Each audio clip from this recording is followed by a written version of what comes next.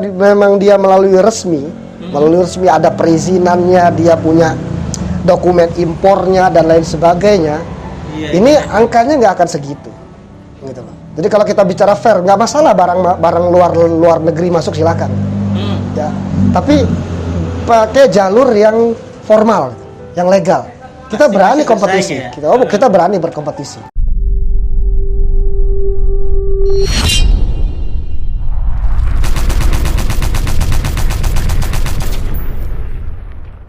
Assalamualaikum warahmatullahi wabarakatuh.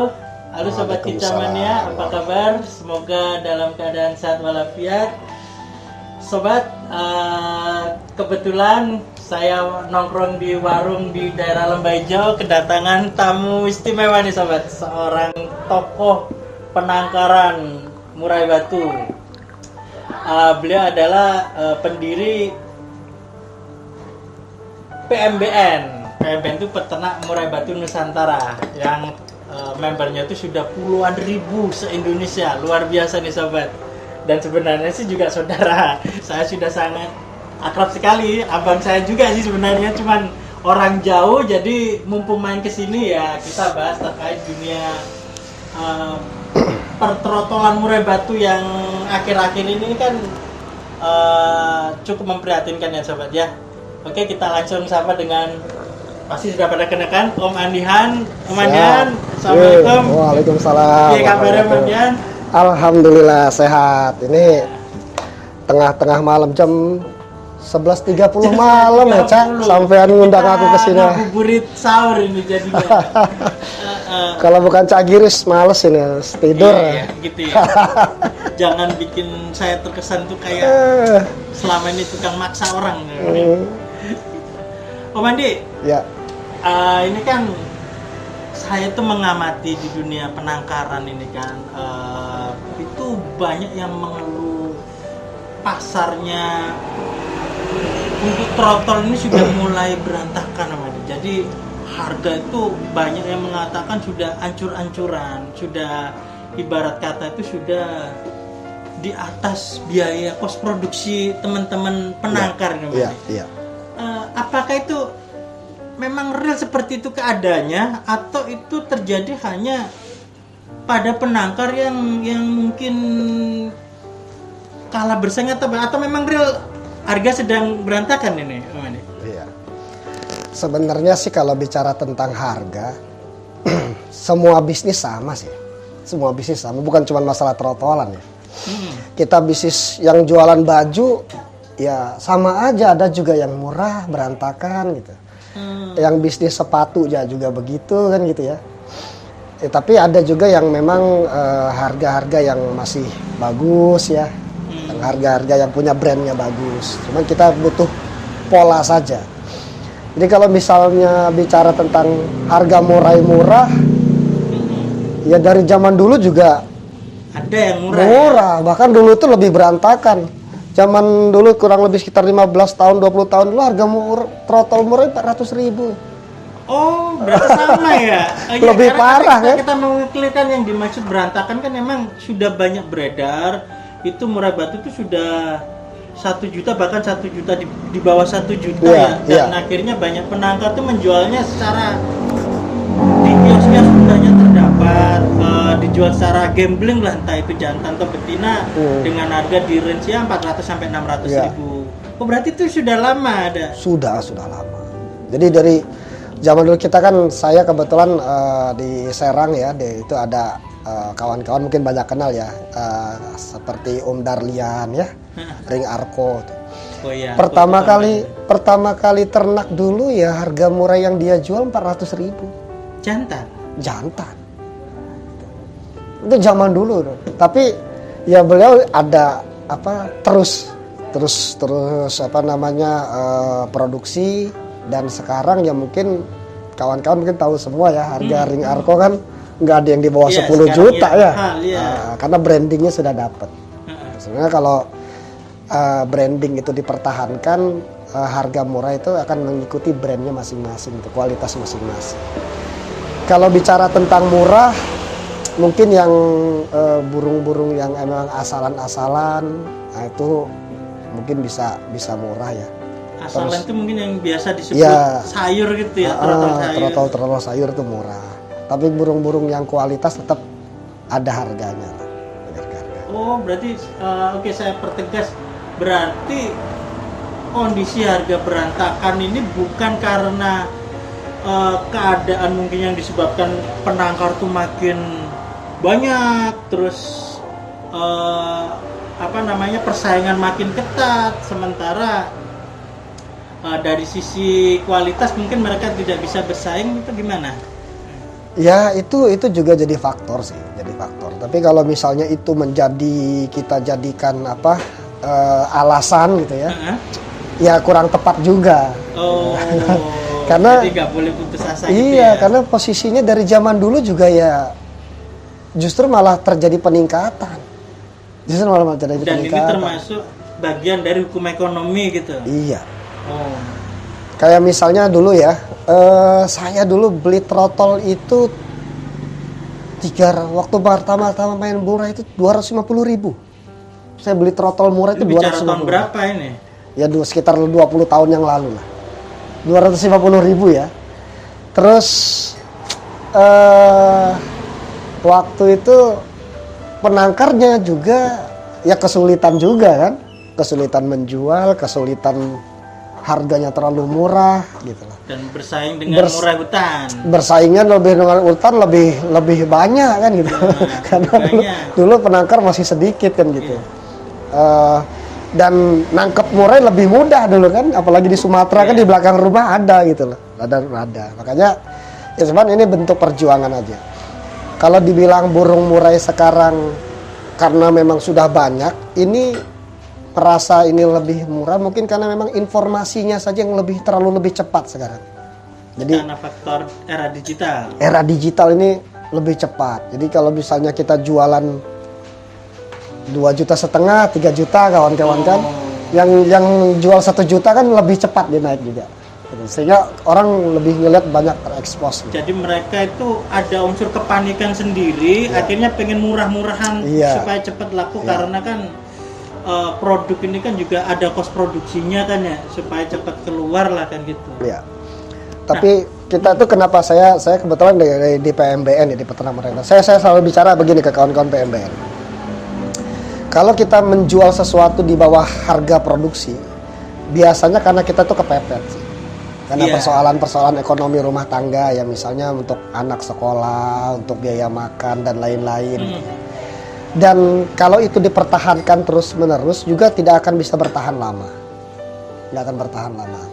Artinya kalau misalnya kos produksi itu tidak kuat, lama-lama akan mati sendiri bisnisnya. Misalnya saya punya satu pasang, saya beli harga misalnya 10 juta.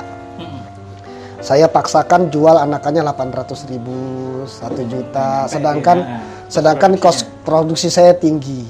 Itu mungkin setahun 2 tahun saya bertahan, begitu 3 tahun indukan saya mulai bermasalah, gitu kan ya, ngelemak atau misalnya sudah produktivitasnya sudah mulai menurun, udah gak keangkat lagi, akhirnya dia berhenti sendiri. Kos produksi itu rata-rata penangkar untuk satu kandang tuh habis berapa sih? Relatif sih ya, relatif. Enggak, untuk standarnya misalnya yang dikasih makan standar gitu untuk sebulan tuh ya kurang lebih sekitar 400-500 ribu lah.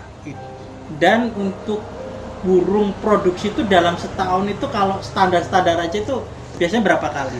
Jadi kan hitungannya gini ya, kalau kita sebulan 400 ribu untuk anakan satu ya, satu kandang ya, untuk anakan indukan dan anakan misalkan 400 ribu, kita bisa jual anakan di angka umur 2 bulan, 3 bulan, tandanya sekitar 1,2. Terus yang kedua ada resiko kematian. Ya kan, ada resiko burung sakit. Ya kan? dan banyak lagi resiko-resiko lain yang memang harus kita hitung sebagai cost dan itu dimasukkan ke komponen biaya. Juga sama jumlah produksinya ya. Betul. Dia per induk itu menghasilkan berapa ekor gitu ya. Betul. Karena kalau kita hanya hitung produksinya 1 bulan tadi ya, terus tanpa menghitung resiko-resiko tadi, misalnya burung mabung, dia stop produksi. Begitu dia stop produksi selama setengah tahun sendiri, nah itu kan dia ngorek dari mana gitu. Kalau dia hanya jual di bawah 1 juta itu nggak keambil. Nggak masuk ya. Iya, tetap nggak hitungannya. masuk. Nah, sebelum kita ke solusi, kan ada masalah lagi juga. Oke, mungkin Om Andi menjelaskan bahwa masalah ini sudah lama terjadi, harga. Tapi ada satu problem lagi, Om Andi, bahwa informasinya itu ini juga saya sempat lihat sendiri juga. Gempuran dulu sih mungkin gempuran murai hutan impor banyak. Sekarang ini, Om Andi, trotol pun ikut menggempur. Iya. Impor, dan harganya itu kalau dari sananya itu hanya sekitar 200 sampai 300 ribu. Jadi di sini pun juga di angka ya 400 ribu lah begitu kan, atau bahkan kalau banyak ya di 350. Nah, kan impor ini kan nggak hanya mengganggu harga juga, kan juga mengganggu semacam apa istilahnya, tatanan Iya. apa namanya, kemurnian terah burung kita sendiri lah. Iya. Nah, ini kan problem tersendiri. Apakah itu menurut pandangan penangkar itu, Om Andi, gimana itu dengan serbuan ini? Ya karena gini, impor itu harusnya lebih tinggi dari yang ada. Harusnya. Apanya? Harganya. Tapi faktanya lebih murah. Karena dia ilegal. Oh, itu ilegal. Oh ya dong. Kalau dia tidak ilegal harusnya Oh, itu ilegal. ada Saya faktor-faktor memang lain. Belum investigasi ke situ, Oh, iya cuman dong. Harus- baru melihat itu. Oh, itu ilegal. Ya pasti ilegal. Saya bisa pastikan ilegal. Karena kalau Karena dia faktor harga itu ya. Karena kalau dia memang dia melalui resmi ada perizinannya, dia punya dokumen impornya dan lain sebagainya. Iya, Ini angkanya nggak akan segitu, gitu loh. Jadi kalau kita bicara fair, nggak masalah barang luar negeri masuk silakan, ya. Tapi pakai jalur yang formal, yang legal. Kita Pasti berani bisa kompetisi, bersaing ya? kita berani berkompetisi. Karena di situ ada pajak, di situ ada Iya, dokumen betul. dan lain sebagainya. Karena Dan saya nggak juga biayanya nggak murah juga. dan saya nggak yakin penampung itu mempunyai Izin dokumen edar, betul. resmi, bahkan izin edar, bahkan itu impor yang dilakukan negara, ya kan? Betul. Ya artinya kalau kita bicara tentang bahwa kita ini peternak bekerja secara baik-baik, ya kan? Kita mencari rezekinya dari yang halal, membangunnya halal gitu kan? Kita membangun, menjual beli juga dengan baik. Terus kita tempur dengan sesuatu yang ilegal ya nggak bisa juga. Karena kalau misalnya sebagai warga yang baik harusnya sih ya, kalau kita melihat di daerah situ ada sesuatu praktek yang ilegal, harusnya kita berani stop. Itu ya, action ya, ambil Harus tindakan action, ya. harus action. Emang apa yang bisa dilakukan? Faktanya kan dari aparat pemerintah kan nggak proaktif di situ. Kalau misalnya teman-teman penangkar mengikuti nasihat Om Andi nih untuk action misalnya, emang langkah apa yang bisa dilakukan teman-teman kira-kira? Ya, ini yang memang sebenarnya butuh kemauan dan keberanian juga lah ya. Karena memang hubungannya kan ke jalur hukum, ya kan, ke aparatur hukum. Yang tak lebih tahu adalah kawan-kawan yang bergerak di hukum lah ya, khususnya di kepolisian. Ya kalau lihat dari deliknya, ini deliknya delik umum gitu loh. Jadi ya bisa saja kita melaporkan, gitu kan. Bisa saja kita, siapapun bisa, sebagai warga negara harusnya kita bisa. Daripada kita ngelapornya ke Facebook, ngeluh, ya mendingan kita ngeluhnya ke kantor polisi. Pak, ini ada praktek ilegal loh Pak, gitu. Dan ini merugikan banyak anggota kita loh Pak, banyak peternak. Tolong misalnya bisa dirapihkan. Kami nggak ada masalah kalau memang dia juga usaha, gitu loh. Dia mau impor, dia mau apa, terserah gitu loh. Asal resmi dan gitu loh kan. Bersaing sehat. Betul. Kalau resmi, saya rasa harga nggak akan ini Pak. Nggak mungkin di bawah 1 juta, nggak mungkin. Kalau hitung-hitungan biaya. Kalau kita beli motor kalau tidak resmi yang gelap-gelapan 1,5 juta dapat. Oh iya sih Mas. Tapi kalau yang resmi 15 juta belum tentu dapat. Dan mungkin kan problemnya kan teman-teman ini kan enggan berurusan dengan hukum, apa kan akhirnya mungkin lebih memilih pasrah dengan keadaan gitu ya. Tapi kan ini kan akhirnya kan mau nggak mau keadaan ini kan diterima, ya kan? Kondisi ini kan diterima.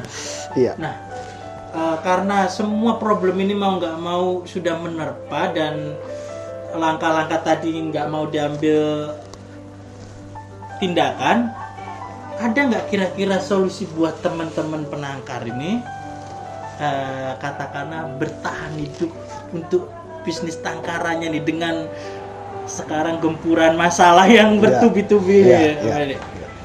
Ya sebenarnya kan ada istilah kita dulu itu tidak ada pesta yang tidak udah usai ya. Pasti ada pesta yang tamat itu ada gitu. Ini pestanya siapa ini? Pengimpor itu? Ini kan pestanya pengimpor yang dalam posisi ilegal. Ya kan kalau bicara pengimpor tuh harusnya legal ya. Importir tuh legal ya. Punya surat menyurat. Kalau itu bukan importir, kan penyelundup. Iya, ada visi misi penangkar kita kan kalau bisa ya kita yang mengekspor kan, karena makin banyak kok malah kondisi kebalik ini. Kita belum membesar, belum impian itu belum tercapai kok malah kebalik ya. Nah, untuk bertahan dengan kondisi ini gimana? Pertama gini, pasar kita itu sebenarnya 70% itu adalah pasar lomba. Betul, pasar lomba. Iya, betul. Artinya kualitas itu penting di situ. Pasar lomba kualitas penting. Yang kedua, paling sekitar 20-30% lah yang kita bermain di pasar perorangan, yang sekedar hobi, rumahan. Iya. Nah, hanya memang ada tantangannya adalah bahwa memang di bangsa kita ini tidak semua orang mampu untuk beli yang berkualitas. Kualitas lomba kan gitu kan. Makanya akhirnya dia larinya ke pasar-pasar burung, cari produk-produk ilegal tadi kan gitu kan. Apalagi sesuai isi kantong kan gitu. Yang ujung-ujungnya kadang-kadang yang kecewa ya namanya kadang yang mati ya segala macam. Dewasa kok begini nggak gitu. sesuai ekspektasinya kan gitu. Nah ini yang jadi kendala. Nah kalau dari peternak, saya kebetulan membina kawan-kawan di PMBN, tetap kita fokus kepada upgrade kualitas dari indukan. Kualitas indukan, baik yang main lomba adalah kualitas dari indukan lomba, yang main ekor panjang kualitas main ekor panjang, yang bermain di warna kualitas warna, dan seterusnya ya, murai-murai warna. Nah ini tetap kualitas kita jaga supaya harga kita memposisikan ini lebih tepat gitu loh, supaya harganya tidak jatuh. Gitu. Nah kalau misalnya ada yang lebih rendah dari kita, ya kita sudah sama-sama paham bahwa itu adalah produk ilegal, kan gitu. Terus kualitas murahan, dan memang tidak ada pesta yang tidak usai, satu saat pasti kena. Saya sangat yakin itu. Ya kan, tinggal nunggu marahnya aja kan itu. Ya. Nggak dari kita sana. Teman-teman penangkar juga yakin itu. Pastilah. Saya pikir sekarang ini kan kayak bola salju saja. Kalau masalah ini tidak ada yang bisa nangani, kalau tidak ada yang mengambil alih persoalan ini, akan terjadi kemarahan yang membesar nantinya. Dan kemarahan membesar ini dampaknya akan kemana-mana. Ya apalagi penangkar sudah ribuan kan udah. Oh iya, dan penangkarnya ada juga yang anggota polisi loh. Iya, anggota polisi. Iya, kalau dia sudah kesel nanti gara-gara harga kesel kan, ini buat laporan sendiri selesai kan gitu. Jadi ya kawan-kawan yang bermain ilegal bukan kami menghalangi rezekinya ke sana gitu loh, ya kan? Mbak ya bersinergi ya dengan penangkar kita masih penangkar kita ini bukan ahli dagang, gitu loh, bukan ahli dagang. Jadi tergiur hasilnya menggiurkan nangkar gitu ya. Akan lebih baik kalau misalnya penampung itu justru malah menampung hasil tangkaran kawan-kawan ini sebenarnya gitu loh.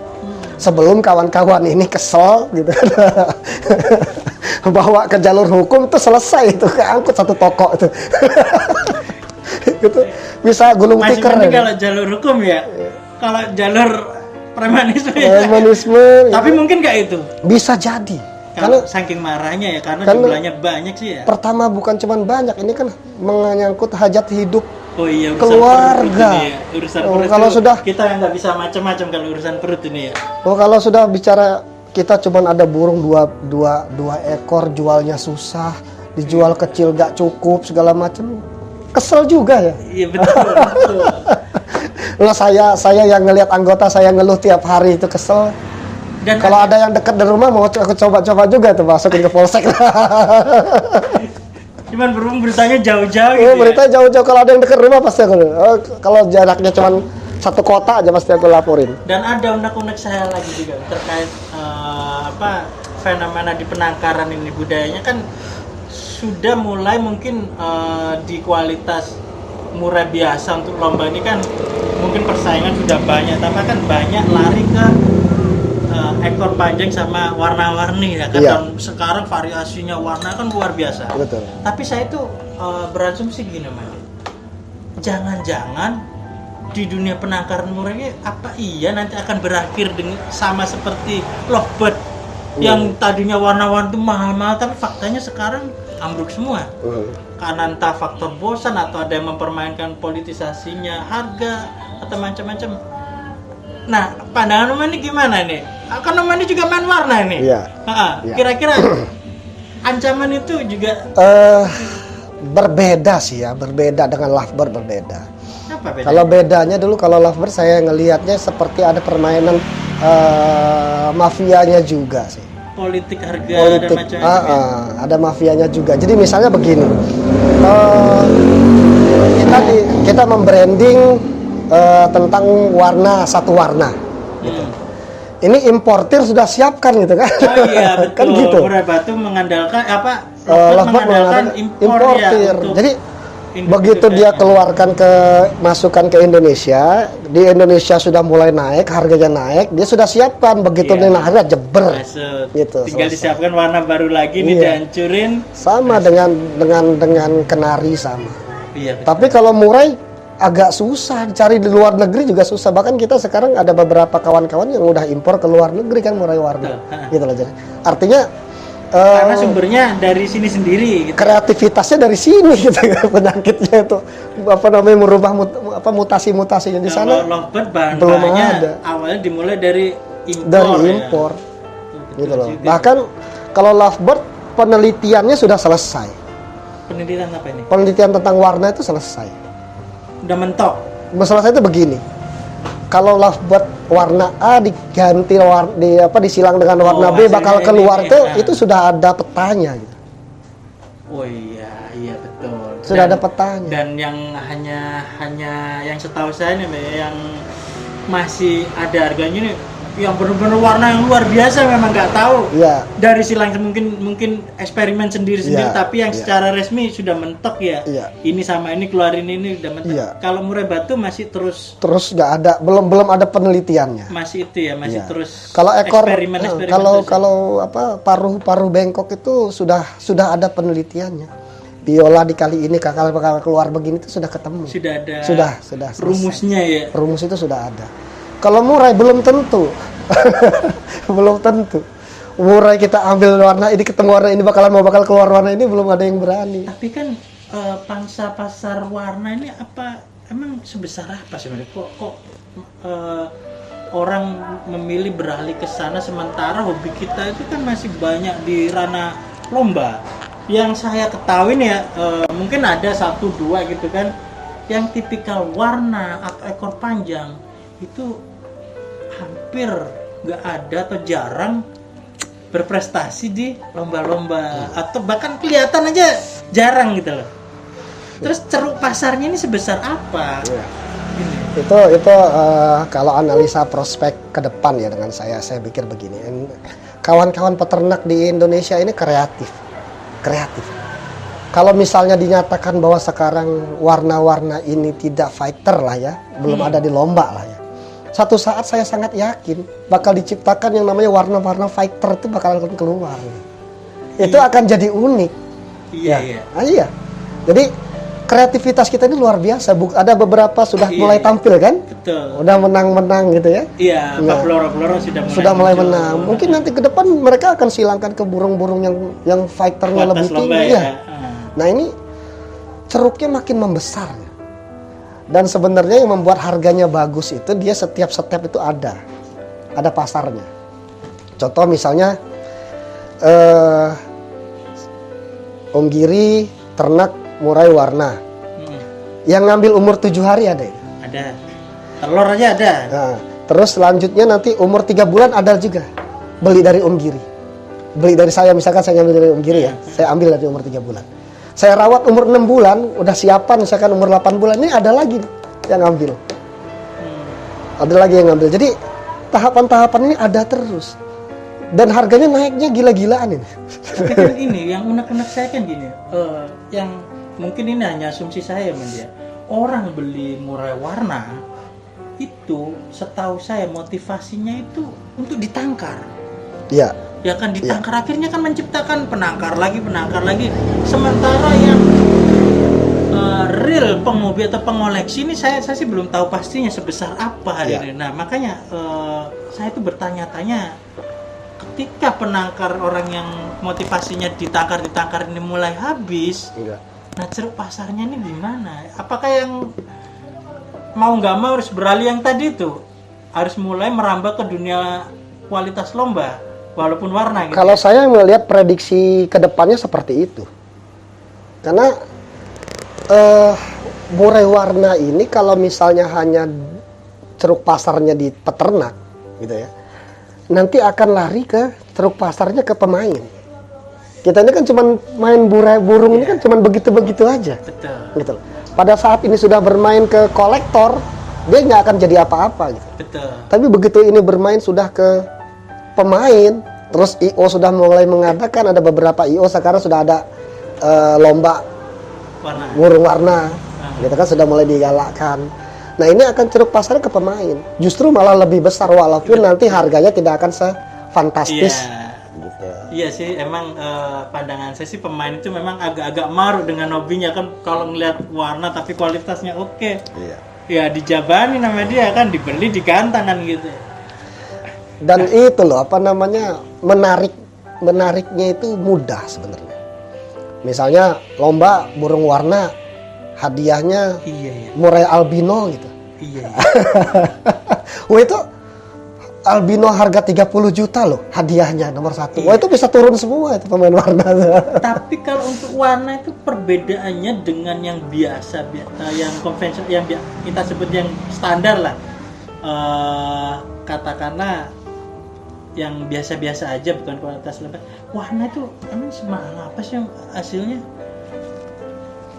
Kok sampai Om Andi itu rela mengarahkan teman-teman PBN, ayo kalau anu mulai ke warna atau apa? Iya. Karena menggiurkan. Ya, karena memang kan saya ngelihat kawan-kawan ini ya itu tadi ya pada dasarnya mengeluh dari soal harga. Terus kita ini sudah biasa berusaha berbisnis ya memang harga itu berhubungan dengan kualitas. Gitu. Kalau memang dia punya kemampuan membuat burung yang tadinya biasa menjadi burung yang luar biasa, ini juga bisa punya harga yang naik, gitu loh. Jadi ada value yang bisa dinaikkan gitu. Nah kalau memang nggak bisa ya sudah kita main di warna saja. Lebih baik di warna. Sekalian lah ya, nggak nanggung-nanggung lah ya. Karena kalau dia sudah main di warna, nanti ke depan warna ini mungkin tahap awal saya ngelihat 80-90% masih di antar peternak. Antar peternak. Tapi ketika nanti sudah membesar, harganya mungkin tidak akan sefantastis sekarang, akan turun. Tapi nanti akan dikonsumsi oleh penghobi, pelomba. Apalagi nanti diadakan lomba-lombanya. Wah ini bakalan keren ke depan. Iya, bisa bakalan lebih keren. lama. Tapi ngomong berapa sih trotolan murai-murai warna itu? Bener nggak sih minimal 2 digit itu untuk trotolannya? Nggak ada yang di bawah 2 digit, 1 digit nggak ada. Nggak ada. Nggak ada. Untuk warnanya ya. Nggak ada. Katakan kalau di Lovebird kan warna itu kan ada grade-grade-nya ya. Warna ini lebih primadona atau kan lebih mahal.